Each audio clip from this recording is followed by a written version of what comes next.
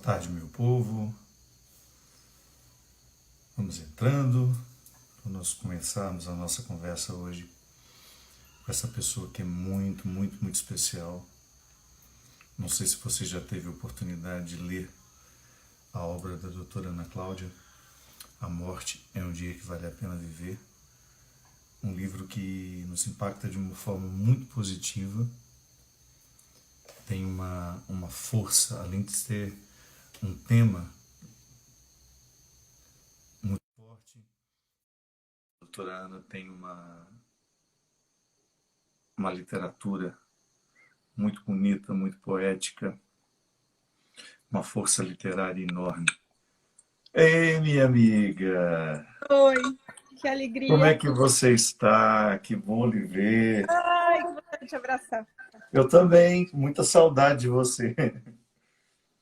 Muita saudade mesmo. Acompanhando a sua saga como médica, que não para um minuto, né? Você escolheu isso. E acompanhando também a sua saga como ser humano, que não se desvincula do seu ser médica, mas que às vezes fica tão à flor da pele, tão bonito de ver a sua humanidade expressada na sua ansiedade, na sua preocupação. Enquanto médica, você está sempre pronta, sempre acreditando, mas de vez em quando, como ser humano, você demonstra o seu cansaço, aquilo que você ainda desespera. E eu estou muito feliz de lhe ver neste momento, sendo tão íntegra, tão inteira, tão próxima da sua verdadeira missão. Muito obrigado. Obrigada por esse... Acho que muito do que a gente consegue ser vem a partir do que as pessoas conseguem olhar na gente, como nos dando uma chance da gente ser o nosso melhor, né? E você tem esse poder também de fazer isso acontecer. Esse, né, o convite aí, né, para a gente falar sobre saúde espiritual, padre, vem do que a gente está vivendo nesse momento no planeta todo e aqui no Brasil, aqui em São Paulo, né, as coisas estão muito, como você disse, à flor da pele. E a gente que cuida, as pessoas que cuidam, não são, né, os médicos, os enfermeiros, os técnicos, auxiliares de enfermagem, cuidadores. Hoje é o dia do enfermeiro, é o Dia Internacional do Enfermeiro, da Enfermagem, né?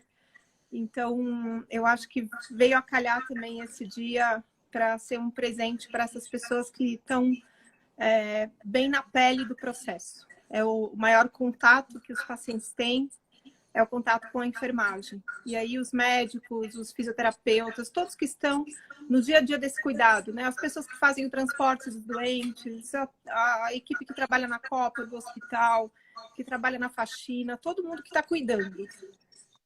E aí, a gente está vivendo esse momento que é impensável, ninguém se preparou para isso, né? Então, se alguém dissesse que isso ia acontecer, a gente ia falar, você está louco, né? Vira essa boca para lá, imagina. Isso não é impensável. E o impensável está acontecendo. E aí, eu estou vendo as pessoas falarem muito sobre saúde física, né? Ah, como é que você se protege, como é que é o sintoma, que sintoma que é de risco, o que não é. Estão falando muito de saúde mental, as pessoas estão surtando em casa, né? Quem está no isolamento social está pirando. Fala dos sintomas de sofrimento familiar, de você ter que se afastar das pessoas que você ama para poder... É muito louco isso, né? Que a gente tem que se afastar porque ama. É uma coisa que não fazia sentido. Paradoxo, né? E aí a gente tem nada dito a respeito de saúde espiritual. Quais são os recursos que a gente pode ter para se reconciliar com a vida nesses tempos? Porque a gente está de mal com a vida nesse momento. Porque tudo que a gente está vivendo, acordo de manhã, as pessoas falam assim, parece tudo domingo. Eu falei, para mim parece tudo segunda-feira. Faz 2 meses e meio que eu não sei o que é um domingo. Que é um dia, né, do 6 dias de trabalho, o 7º de repouso.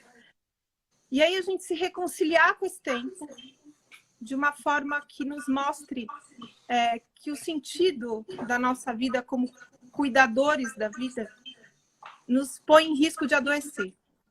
Então, quando eu cuido de um paciente com câncer, eu não tenho risco de ter o câncer dele.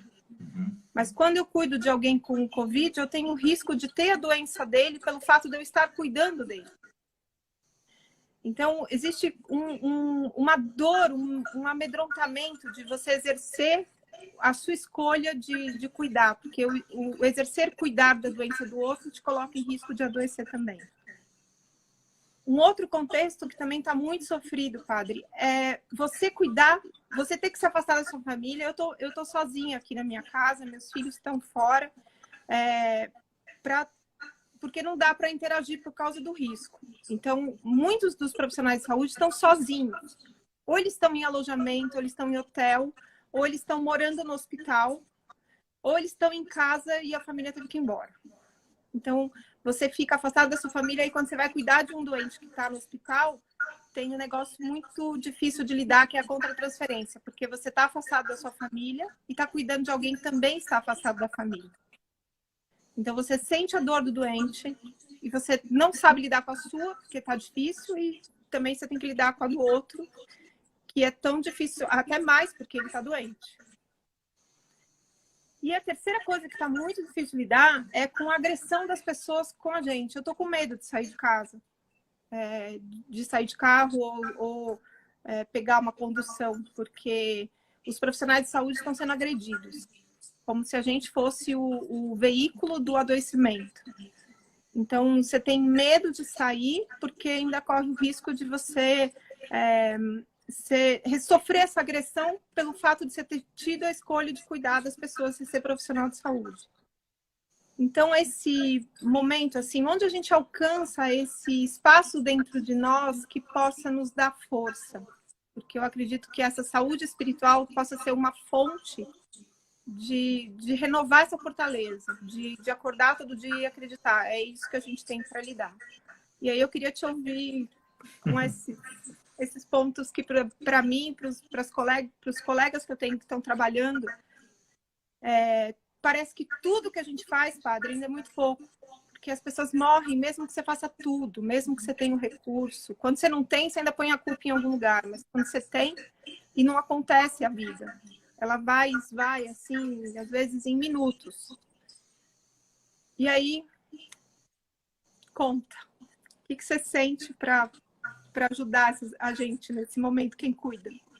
Olha, eu também me sinto tão limitado para dizer qualquer coisa, porque eu sei que a dor que dói em vocês hoje, os profissionais da saúde, as pessoas que estão à frente, que estão nos lugares em que nós não escolheríamos estar, justamente pelo risco, é um lugar de tanta delicadeza, Ana. É um lugar que exige tanta delicadeza, sentimentos tão nobres. Eu acho que só um sentimento nobre nos faz escolher ficar distantes da família para poder exercer com determinação e com qualidade a nossa profissão, sem que isso represente um risco para com quem você convive. Então, é uma nobreza de alma que às vezes me cala, sabe? Eu tenho uma sensação de que é tão nobre o que vocês estão vivendo, é tão nobre o que vocês estão escolhendo, que eu não teria absolutamente nada para dizer que pudesse de alguma forma aproximar o coração de quem está vivendo essa angústia de alguma solução. E eu nem sei se existe uma solução. Eu acho que hoje o que nós precisamos fazer, e eu acho que é o gesto que mais pode nos transformar em tudo aquilo que a gente faz na vida, é abrir os olhos para termos a percepção daquilo que está acontecendo.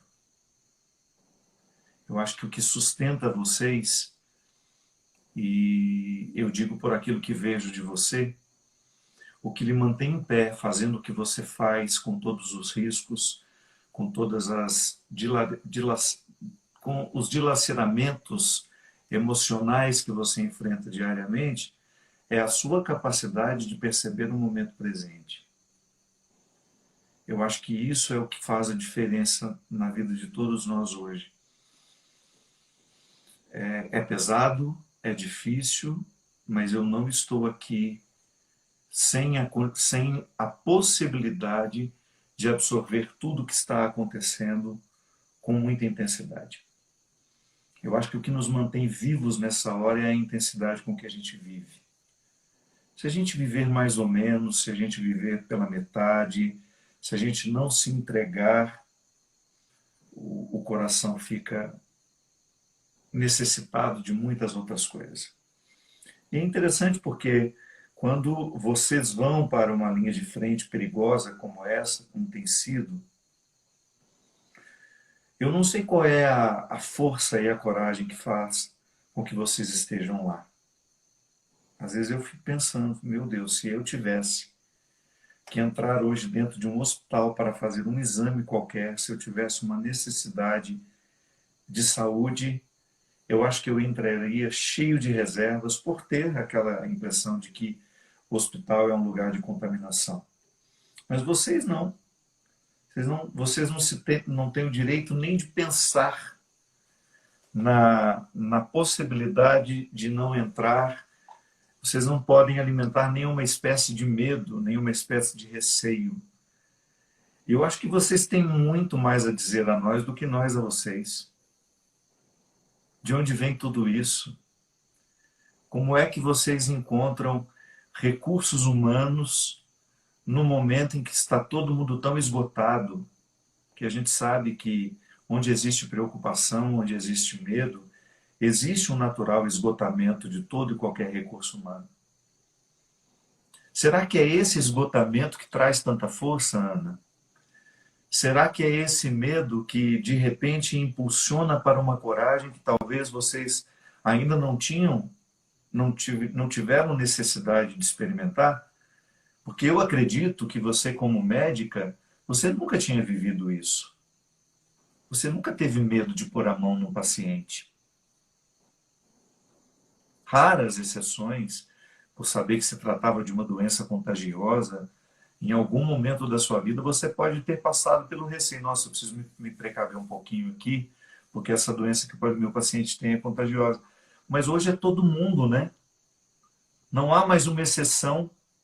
A todos vocês interpretam, por uma responsabilidade ética mesmo, profissional, a todos vocês interpretam como um possível portador do Covid-19, com possibilidade de infectar toda uma ala, infectar alguns profissionais, como nós estamos vendo acontecer, a morte de muitos profissionais de saúde. Então, eu gostaria de saber mesmo, do fundo do meu coração, de onde é que está vindo essa coragem que vocês estão tendo. Porque acompanhando-a como eu tenho acompanhado, em nenhum momento eu notei nenhum traço de desesperança, de medo, de insegurança, ou até mesmo, eu tenho certeza que em nenhum momento passou pela sua cabeça a possibilidade de desistir. Nenhuma vez. E eu acho que você está experimentando isso com seus colegas. Ninguém está pensando em desistir. Isso realmente não... O desistir não é uma opção agora. Ela nem faz parte das ideias das pessoas. Eu tenho vontade de parar tudo, porque é muito necessário tudo que está sendo feito. O que está muito difícil é você perceber que tem muitas pessoas que precisam de ajuda e elas não estão alcançando ajuda. Porque elas estão em lugares muito distantes ou os lugares onde elas estão não têm recurso suficiente. Então, uma coisa que talvez eu pense que nos fortaleça é essa escolha de estar do lado de quem... Eu falo, o mundo, padre, está dividido agora em dois, que eu sinto isso, assim, é de quem ajuda e de quem precisa de ajuda. O espaço de quem atrapalha não existe mais. Esse espaço, ele precisa... para essas pessoas que atrapalham, precisa ser oferecida essa chance de escolha. Pode ser que você esteja atrapalhando porque você está em sofrimento e aí você precisa de ajuda. E você precisa dessa consciência de pedir socorro. E as pessoas que ajudam, elas têm esse espaço de fortalecimento, porque a escolha de ajudar, ela traz poder. Mas o grande desafio é a gente conseguir ajudar sem que ninguém interrompa esse fluxo de ajuda. E essa interrupção, ela não está vindo só dessas questões que a gente está vivendo agora, políticas, econômicas e da agressão que tem para nós. A impotência diante da grandeza, da fragilidade é que está dolorido, sabe? A gente vê que você tem que trabalhar 20 horas. Teve um dia que eu mandei uma mensagem para uma amiga que é fisioterapeuta, que trabalha em UTI, e eu mandei uma poesia para ela, e ela falou, Ana, eu estou acordada há 43 horas, eu não consigo nem ler. E aí eu disse para ela, mas alguma coisa que eu possa fazer por você? Ela falou, eu preciso brigar, porque eu vi tanta coisa errada hoje. Porque eu cheguei no Covidário, no hospital de campanha, e na porta estava cheio de gente correndo e passeando de bicicleta, achando que era de férias. E as pessoas, elas olham para a gente com desprezo, e elas olham para a vida delas com desprezo. E aí ela estava muito brava de tudo que ela tinha visto dentro do Covidário. Ela precisava de alguém, precisava de alguém que fosse solidária na raiva que ela estava sentindo. Aí eu falei para ela, briga comigo então, eu vou te irritar até você brigar comigo. Aí ela falou, não, eu preciso chorar primeiro. Eu falei, então me conta seu dia, porque ele foi tão triste, você vai chorar. Aí ela, padre, falou para mim, eu posso te ligar porque eu só quero te ver. E aí a gente fez uma chamada de vídeo, ela ficou uns 5 minutos em silêncio, me olhando. E aí eu falei para ela, deixa o celular perto do travesseiro, eu vou te fazer companhia até você dormir. É tão pouco que a gente pode fazer agora com essas pessoas que cuidam, sabe? Nem fazer uma chamada de vídeo que a pessoa só te olha e chora. Você vê o tamanho do espaço que tem para ajudar essas pessoas que estão 43 horas, cara, sem dormir. Cuidando, fazendo aspiração e vendo as pessoas morrerem e todos com um olhar de muito... Falei, mas o que é isso que está acontecendo? É uma doença muito misteriosa, né? Porque ela não... E o profissional de saúde, padre, muitas vezes precisa do conhecimento para se sentir seguro, né? Então, esse conhecimento de que essa força que a gente tem faz sentido, apesar de todas as dificuldades, né? Como eu te falei, essa reconciliação com esse sentido de vida, né? É um remédio que a gente precisava tomar todo dia, sabe? Ter uma esperança por dia. Nem que seja a esperança, tenho dito, é um dia menos de sofrimento, é um dia mais perto do próximo abraço. Então eu sei que daqui a pouco a gente já vai estar um dia menos longe do dia que a gente vai se encontrar. Mas como é difícil sustentar isso. E o que é interessante, Ana, é que às vezes nós ficamos querendo construir soluções que se apliquem às angústias do momento presente. Então, nós estamos falando, o que nós podemos dizer aos profissionais de saúde que hoje estão vivendo o desespero, a angústia, a ansiedade, a solidão, que decorrem da necessidade das posturas pessoais diante do problema. Aí a gente chega à conclusão de que em toda e qualquer situação que a vida nos coloque, sobretudo em situações de limite, ela vai nos pedir exatamente as mesmas posturas e as mesmas respostas. Não existe uma postura especial para esse tempo. A postura que de fato nos salva é aquela que de alguma forma estabelece uma coerência com aquilo que a gente sente, com aquilo que a gente faz, com aquilo que a gente pensa e com aquilo que a gente diz. Não existe uma fórmula mágica que a gente possa aplicar agora no momento da pandemia. E talvez por isso muitos de nós estejamos perdidos, porque durante o tempo da normalidade, se é que a gente pode chamar a vida de normalidade, por ser ela sempre um lugar de surpresa, de inesperados. As regras da normalidade, elas muitas vezes, justamente por causa daquilo que nós consideramos normalidade, acabam sendo esquecidas. Porque a normalidade, ela nos superficializa, ela nos joga para lugares completamente distantes daquilo que nós precisamos enfrentar como pessoas. há um processo de alienação muito natural, o caminho das facilidades é tomado com muito mais intensidade do que o caminho das dificuldades. Então, o tempo da normalidade, ele nos exige posicionamentos muito semelhantes aos posicionamentos de um tempo de pandemia. Só que no tempo da pandemia a gente não tem para onde ir. A nossa pressa não significa mais nada.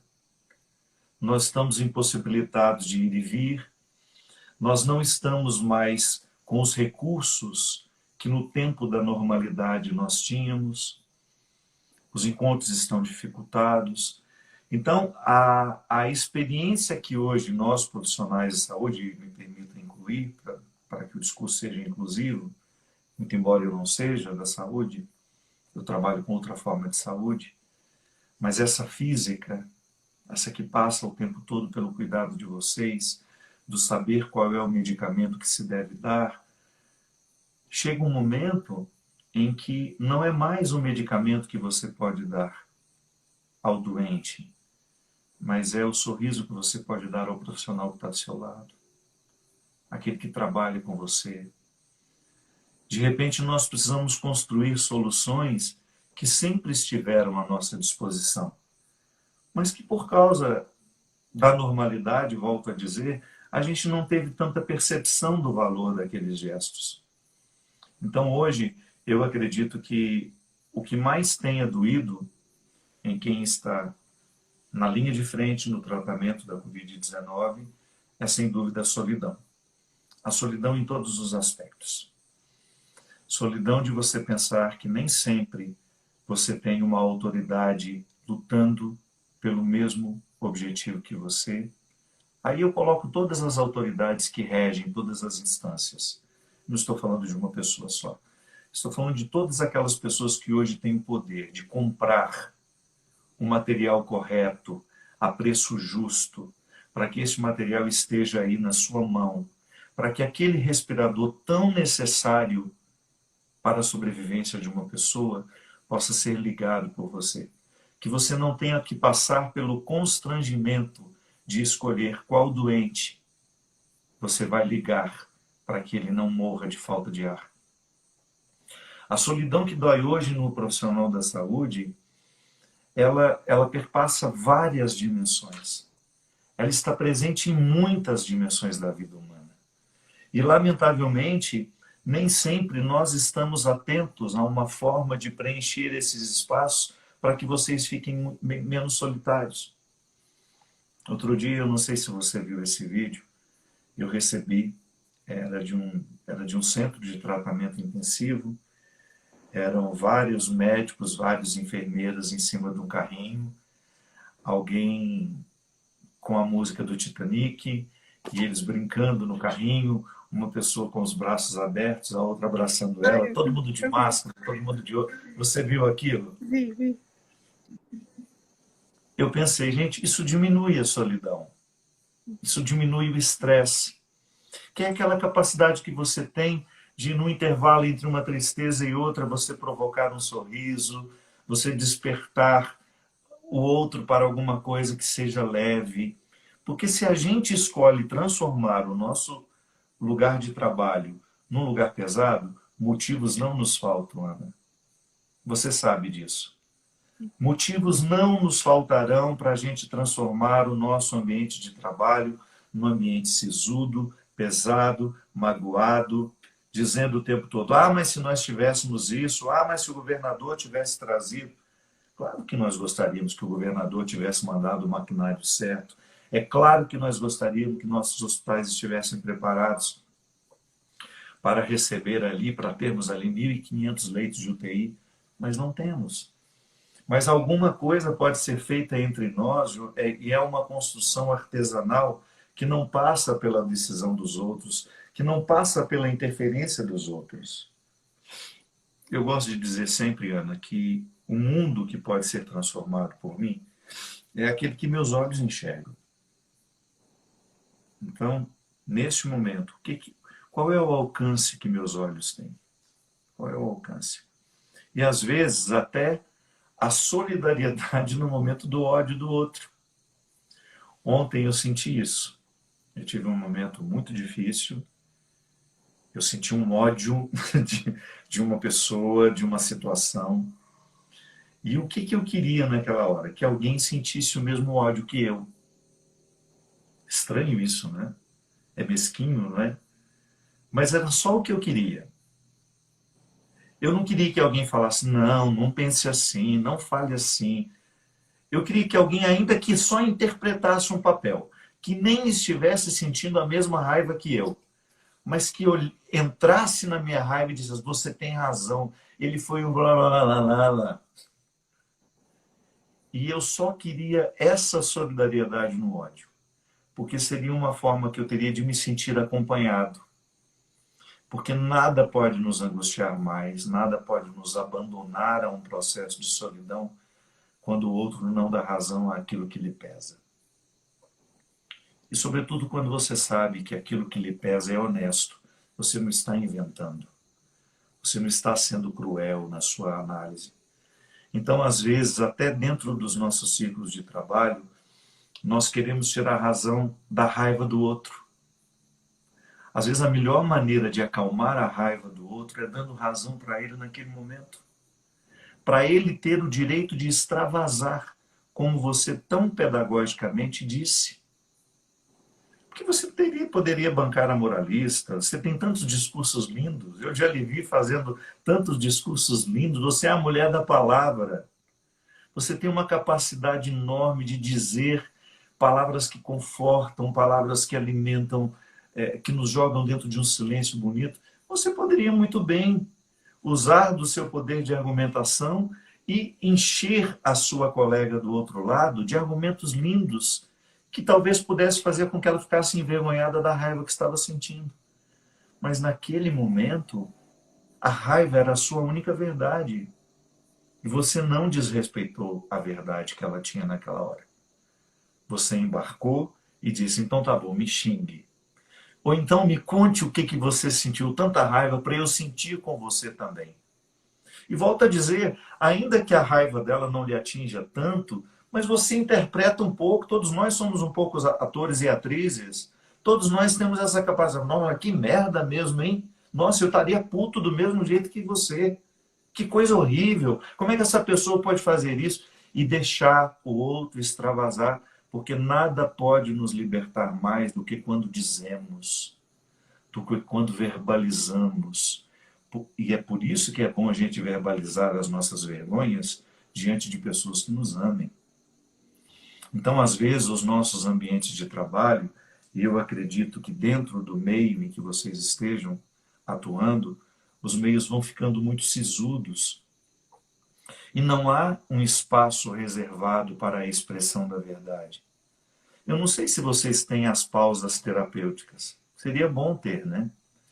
Que de vez em quando vocês parassem, sei lá, a cada 3 horas de trabalho, vocês parassem 5 minutos e vocês sentassem num círculo, um olhando para a cara um do outro, para quem tiver necessidade de chorar, chorar, para quem tiver necessidade de expressar o ódio, de expressar, para isso não ficar acumulando ao longo do dia. Eu acho que o ritual terapêutico, ele precisa fazer parte da nossa vida. E, sobretudo, num lugar onde as pessoas estão tão inflamadas, inflamadas pelo medo, inflamadas pela insegurança, inflamadas pela incerteza. Todos nós gostaríamos de ter uma data. Todos nós gostaríamos de dizer até quando isso vai. É a pergunta que vale US$ 1 milhão. Até quando essa quarentena vai ser assim? A gente não tem. Então nós estamos inflamados por essa insegurança, estamos inflamados porque muitas vezes nos faltam os recursos, estamos inflamados porque estamos vendo as pessoas morrerem, estamos inflamados porque estamos vendo outras pessoas morrerem porque não estão com coragem de irem aos hospitais, estão necessitadas de quimioterapia, estão tendo infartos em casa, não estão procurando médicos porque o hospital se transformou num lugar de medo. E é natural que este medo esteja afetando tanto as pessoas da linha de frente.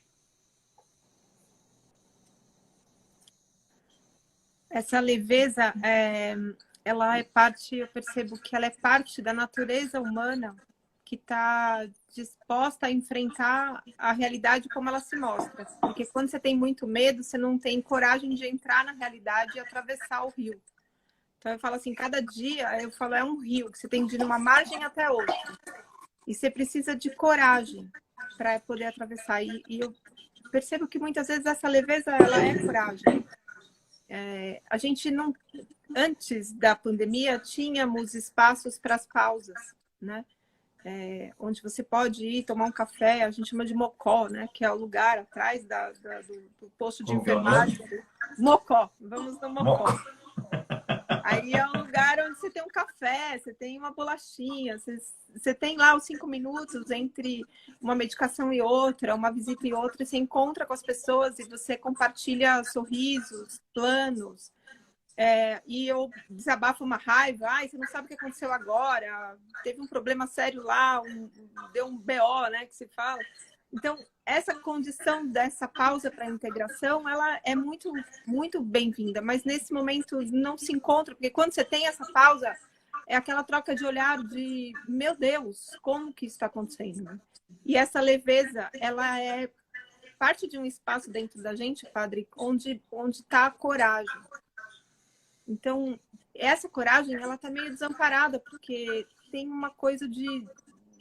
Tem um projeto que eu estou envolvida agora, que é um podcast para profissionais de saúde, que é curtos episódios de 3 a 10 minutos só, porque a gente sabe que o povo não tem tempo. Então, a hora que está indo para o trabalho, liga lá o podcast, chama Pílulas de Saber e Sabedoria. Aí você tem dicas técnicas, então eu gravei como que você controla a falta de ar, como é que você faz sedação, como que você dá uma notícia por telefone, mas também tem música, músicas terapêuticas, tem poesia e tem meditação. Aí, nesse momento, se oferece para a pessoa que está ouvindo um espaço dentro dela de leveza. E é nesse espaço que mora isso, de você poder sorrir. Porque agora eu falo, a gente tem que sorrir com os olhos, porque você não me vê mais sorrindo, né? Então, eu tenho um crachá que é uma foto minha, do tamanho da minha cara, assim, sorrindo. Aí eu fui ver uma senhora essa semana demenciada, ela olhou a foto e falou assim, nossa, que moça bonita, você conhece? Aí eu falei, conheço. Mas você conhece ela faz tempo? Eu falei, 51 anos. Ela falou assim, Convivo com nossa, ela. você nasceu no mesmo dia? Eu falei, foi, nasci no mesmo dia. E a interação ficou leve. A outra, eu fui toda embrulhada, ela falou assim, nossa, tá frio lá fora, né, minha filha? Porque eu tava toda coberta, assim.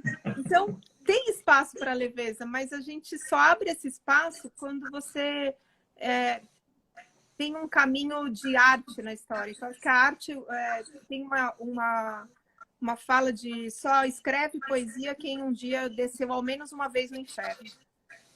Então, eu acho que a arte é um caminho, né? Quando a gente te escuta cantar, quando você também é muito habilidoso com a poesia das palavras em prosa, né? O quanto que a gente consegue levar as pessoas para esse espaço de coragem dentro delas, para elas lidarem com essa realidade. E esse caminho que encontra também o perdão. Então, esse encontro, né? As mãos dadas entre a coragem e o perdão para a gente poder lidar com essa realidade. Você pensa que pode ser por aí também? Acredito. Na verdade, a poesia e vamos pensar a poesia então, enquanto tudo aquilo que é belo, bom e verdadeiro, né? A partir dessa compreensão aristotélica que eu acho riquíssima. O que é bom, o que é belo, o que é verdadeiro, nos toca, nos transforma, sobretudo quando nós temos um movimento contrário, um movimento desumano. Eu sempre compreendi que nos movimentos desumanos que nós presenciamos, dentro das atmosferas sociais, existem muitas coisas que nos desumanizam. Eu me lembro que quando eu li o seu livro, o primeiro, que aliás eu preciso ler o segundo, A Morte é um Dia que Vale a Pena Viver, você falou justamente do seu desencanto inicial. Porque eu acho que você não disse com essas palavras, eu acho que você acabou percebendo que a medicina, para muitos, era um processo de desumanização. que ninguém nasce humano, né, Ana? A gente nasce biologicamente preparados para sermos humanos, mas o tornar-se humano é processual. Há pessoas que morrem com 60% de humanidade alcançado, há pessoas que morrem com irrisórios 20%. Tudo depende. Depende de onde fomos criados, dos livros que lemos, das músicas que ouvimos. E eu tenho para mim que a beleza, ela é um lugar privilegiado de humanização. E é por isso que a religião, ela nasceu bonita. Todo o processo cultural ocidental, nós agradecemos à Igreja, que foi a grande detentora dos grandes escritores, dos grandes pintores, dos grandes escultores. Então a arte, ela nasceu a serviço da religião. Ela viveu a serviço da religião. E é claro que em alguns momentos isso foi desvirtuado, a beleza estava presente dentro do contexto religioso, mas o discurso era absolutamente desumano. Então não adianta nada você ter uma catedral lindíssima, com todos os elementos da beleza para sensibilizar a alma e a alma perceber a presença de Deus ali, se o discurso que é feito é diabólico, ele é interesseiro, ele está pactuado com um interesse que desumaniza. Então eu fico pensando que a arte, de maneira muito especial a poesia, ela tem um poder de cura em nós. Ela tem um poder de... Porque primeiro ela nos acorda, ela desperta a sensibilidade. Por que algumas pessoas não sentem nada ao ouvirem um poema? É porque elas são inaptas para o poema? Não. Que elas não foram desenvolvidas para a sensibilidade do poema. Isso você ensina desde criança. A educação das nossas crianças, o que escolhemos oferecer para elas, é absolutamente necessário e determinante para a sensibilidade dessa criança um dia. As músicas que nós tocamos em casa vai educar o desejo das nossas crianças. O que elas vão gostar de ouvir no futuro? Então, quando nós temos um processo de desumanização, a única forma que nós temos de barrá-lo é por meio da beleza, é por meio da arte. Nas favelas eu vejo esse trabalho acontecendo, onde um caminho fácil é o tráfico, onde as pessoas já estão naturalmente condicionadas a crescerem e a servirem ao tráfico. Quando entra alguém ali, um humanista, alguém que sabe do poder da arte, monta ali uma escola de dança, monta ali uma escola de teatro, essa pessoa salva muita criança da criminalidade. Porque a arte, ela é projeto de vida. É um projeto de vida. Eu, quando gosto de ler, eu interpreto isso como uma dádiva que eu tenho que me dá condições de projetar a minha vida para uma velhice saudável. Velho que gosta de ler não dá trabalho, não incomoda, é impressionante, você sabe disso. Você lida com a outra etapa, a última etapa da vida, os velhos que são os nossos, não gosto de chamar de velho, que dá a impressão que perdeu o valor, né? Os nossos mais avançados em idade, as nossas antiguidades, a antiguidade tem valor. As nossas antiguidades humanas que possuem hábitos de leitura, de entretenimento cultural, não fica vendo apenas bobagem. Como envelhece melhor do que os outros que não têm esse hábito? A arte tem um poder enorme de retirar-nos do fosso de tudo o que nos desumaniza. E eu acho que hoje, neste processo de desumanização, porque a epidemia faz isso com a gente, ela nos coloca no contato com sentimentos que são naturalmente desumanizantes. Se eu alimento o meu medo, eu vou me desumanizando, muito embora o medo seja humano, mas o excesso dele desumaniza. Quando ele é patológico, ele vira desumanidade. O medo na medida certa, dentro da sua porção permitida. Na sua porção permitida, ele é capaz de me tornar um homem cuidadoso. O medo na sua porção patológica, ele me desumaniza. Por quê? Porque ele me paralisa. Ele me impede de ir adiante. Então, hoje, eu vejo que uma boa forma que nós temos de contornar um pouco o processo de desumanização que a pandemia está trazendo para nós é a arte. Tanto é, Ana, que o que está fazendo as pessoas ficarem em casa com um pouco menos de sofrimento? O cinema, a produção audiovisual. E foi interessante, né, porque houve aí há um tempo atrás um movimento quase que de ataque aos artistas. Claro, muitas pessoas com razão, por ter sido a Lei Rouanet usada de forma arbitrária, sem senso, sem de fato estar ali a serviço da cultura. Mas muita gente entrou dentro do pacote de maneira injusta. Foi assim, como se disséssemos para eles: olha, artistas, nós não precisamos de vocês para viver, nós precisamos só de economistas, nós só precisamos de empresários.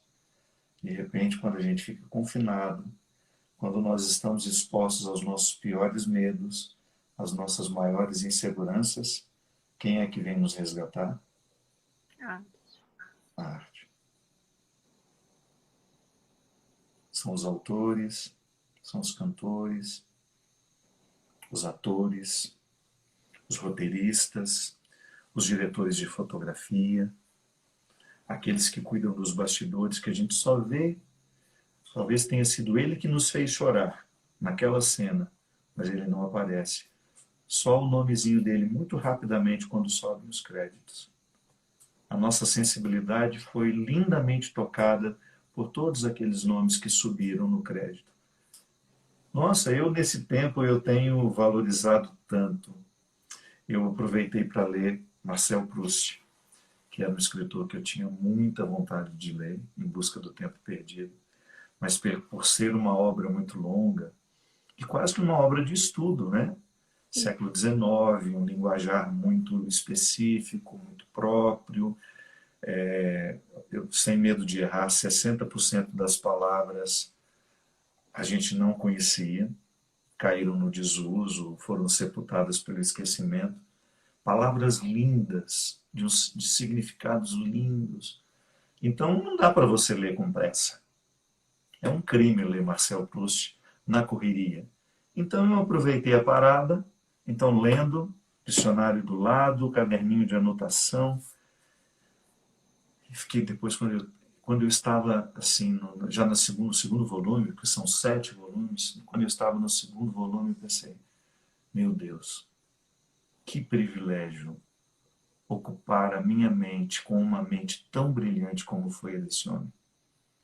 Que capacidade que esse homem teve de tocar o sentimento humano, de falar dele com tanta propriedade, com tanto respeito, sem banalizá-lo. E agora eu estou aqui, alguns séculos depois da sua existência, tendo a oportunidade de aprender a ser gente com ele. Ah, minha amiga, isso é fantástico.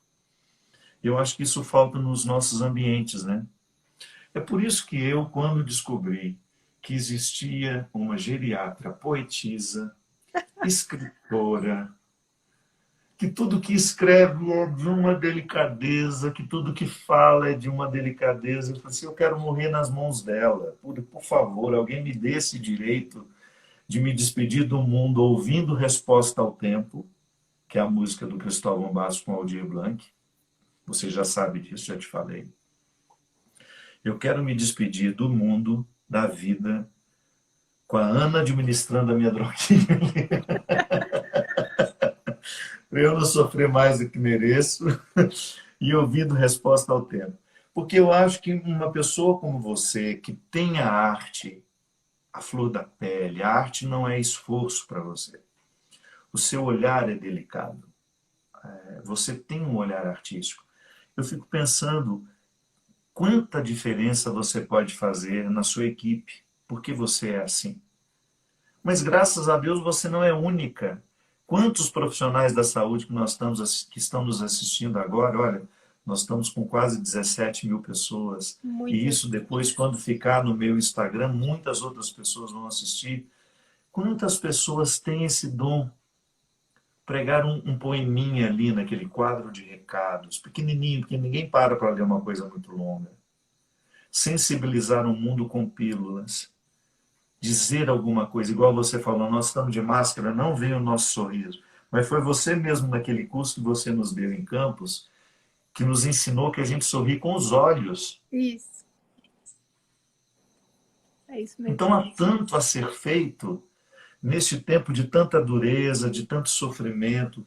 É o tempo das delicadezas, né? Que nós precisamos aprender essa delicadeza. Sem essa delicadeza, a gente pode até ficar curado do vírus, mas a gente não aprendeu nada com ele.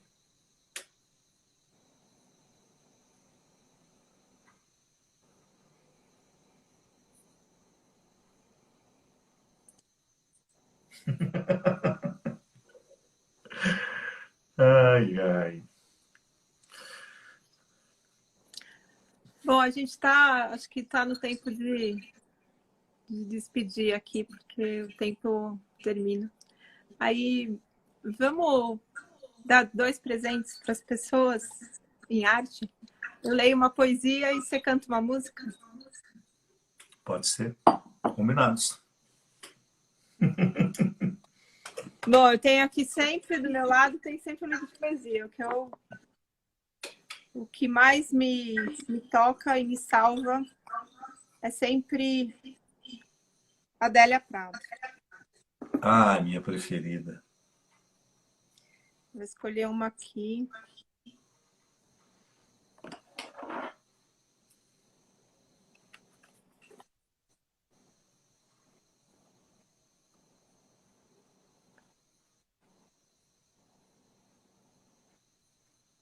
Então, eu vou ler uma para você e você pensa na música para mim.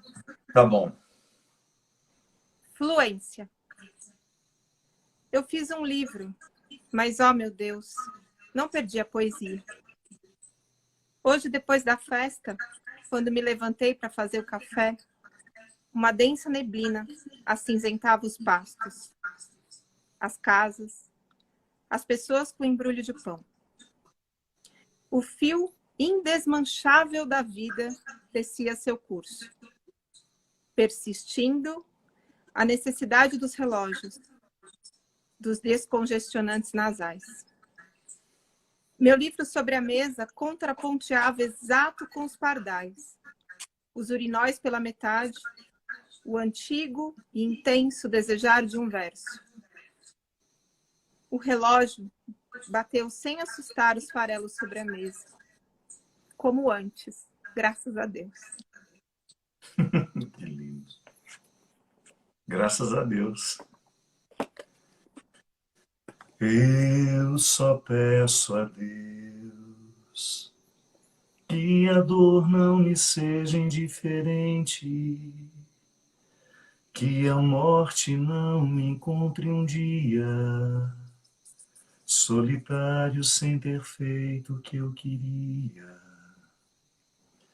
Eu só peço a Deus que a dor não me seja indiferente, que a morte não me encontre um dia solitário sem ter feito o que eu queria.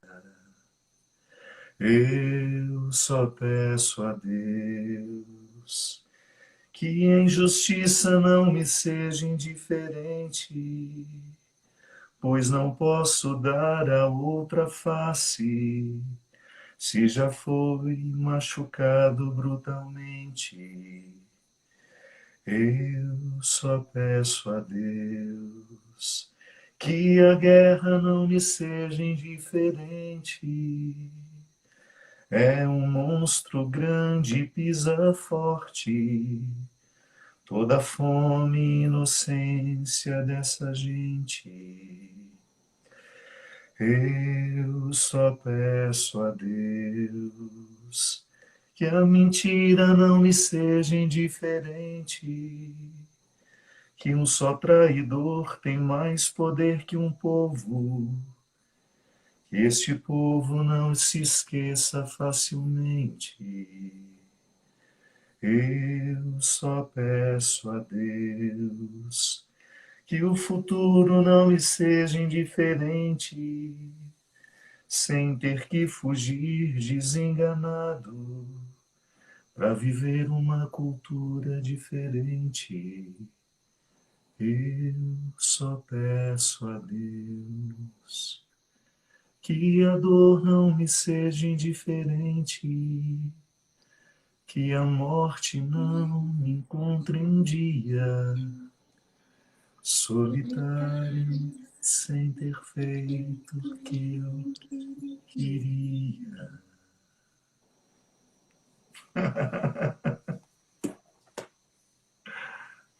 Que presente. O presente foi para mim, você sabe disso. Não me canso de dizer que você me faz bem. Me faz bem quando eu lhe leio, quando lhe vejo, quando lhe toco, quando lhe escuto. Obrigado. Obrigado por ser uma médica que quebra paradigmas, uma médica cientificamente preparada, que sabe tudo de medicina, que tem uma capacidade enorme, um conhecimento consistente e que usa de tudo aquilo que é sensível em você para tornar essa ciência mais humana, mais próxima de quem precisa dela. Obrigado, viu? Obrigado mesmo. Obrigado pelo carinho. Obrigado a todas as pessoas que nos acompanharam. Essa gente linda. A gente desativou os comentários, não é porque a gente não queria ver vocês, não. A gente desativou porque, segundo algumas pessoas, facilita, muita gente dizendo isso, facilita a concentração de quem está ouvindo. Mas agora manda aí o que vocês quiserem. Nós estamos aqui nos minutinhos finais. Só me conta uma coisa, minha amiga. Tá? E como é que estão os seus idosos, os seus pacientes? Conseguindo ver todo mundo? Tá, eles estão bem em casa. Eu falo que os idosos, as pessoas mais experientes nessa vida, são os jovens de sucesso, né? A gente devia ouvir mais a opinião deles, porque eles são pessoas que ultrapassaram as etapas que a gente ainda não conhece. E eles estão sendo exemplo. Eu tenho o privilégio de conhecer pessoas mais experientes nessa vida que estão trazendo um legado de exemplo, de consciência, de capacidade de apaziguar os corações dos mais jovens em relação à capacidade deles de se cuidarem, de se protegerem e de compreenderem que essa distância social não é isolamento, é só distância, as pessoas estão conectadas. Então, estão indo bem. Tem muitas pessoas que a gente está cuidando por telefone, né, por orientação telefônica. Tem um projeto incrível que chama Doutor Presente, que eu sou voluntária, e a gente atende, faz as orientações para as pessoas no Brasil todo, e agora fazendo as orientações para os profissionais de saúde que quiserem conversar a respeito de algum caso difícil, quiser orientação de como se comunicar, de como cuidar, a gente vai oferecer isso também. E a busca constante desse sentido, que agora você abriu, eu falo assim, você destampou assim, um pedaço, assim, estava apertado aqui, e esse espaço onde mora a arte, né? Essa é a música que eu quero ouvir quando estiver eu indo embora. Então, foi difícil segurar aqui para não chorar. Eu falei, meu Deus! É mesmo? Essa música é um mantra, né? É um Ela mantra. é. Então, tem 16 mil pessoas aqui. Espero que todas se sintam salvas por só esse refrão, né? Só peço a Deus que a dor não me seja indiferente, que a morte não me encontre um dia solitária sem ter feito o que eu queria. E o que eu estou fazendo, o que esses profissionais de saúde todos estão fazendo é o que a gente quer. É salvar as vidas, nem que sejam as vidas que vão ser história para alguém, né? Não vai ser uma vida concreta, mas ela vai ser história. Então, obrigada por me ajudar nisso. Você também me salva muitas vezes, saiba disso. que através do teu olhar, você é profissional de saúde sim, viu? Não tira da reta não, porque você ajuda muito a gente nesse caminho. Então, muito obrigada. Deus nos abençoe. Amém. Beijo, meu povo querido. Obrigado. Obrigado pela presença com a gente. Foi uma honra. Tchau, Ana. Te amo. Você guarda o vídeo lá no seu Instagram? Claro. Então, Vai ficar lá. A gente espalha para o mundo. Espalharemos. Um beijo.